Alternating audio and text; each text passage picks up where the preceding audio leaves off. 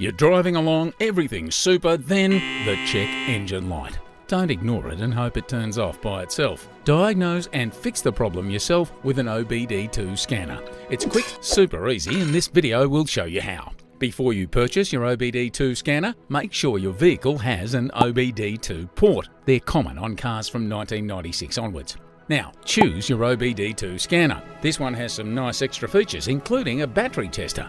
Step 1. With everything turned off and your vehicle parked securely, poke around under the dash for the vehicle diagnostic port. If you can't find it, find someone with smaller hands, or try checking your owner's manual.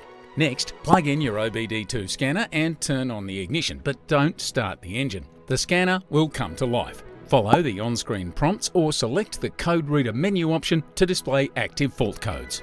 Depending on your vehicle and your OBD2 scanner, you may get an explanation with your code. But if all you get is the code itself, your workshop manual may have a translation. Otherwise, there's always good old Google.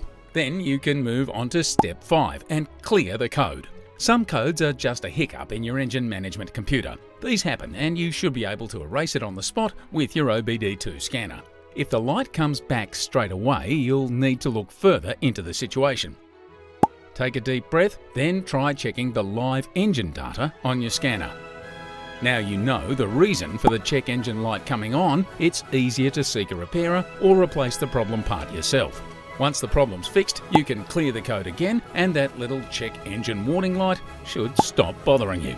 And that's it! Whether a simple code reset cleared the problem or you've got a part that needs replacing, you're already saving money. And here's another tip. Make sure you hide your OBD2 scanner from your mates because once they find out you own one, they'll all want to borrow it. Find detailed instructions and more videos to help you make it super with Supercheap Auto's Super DIYs.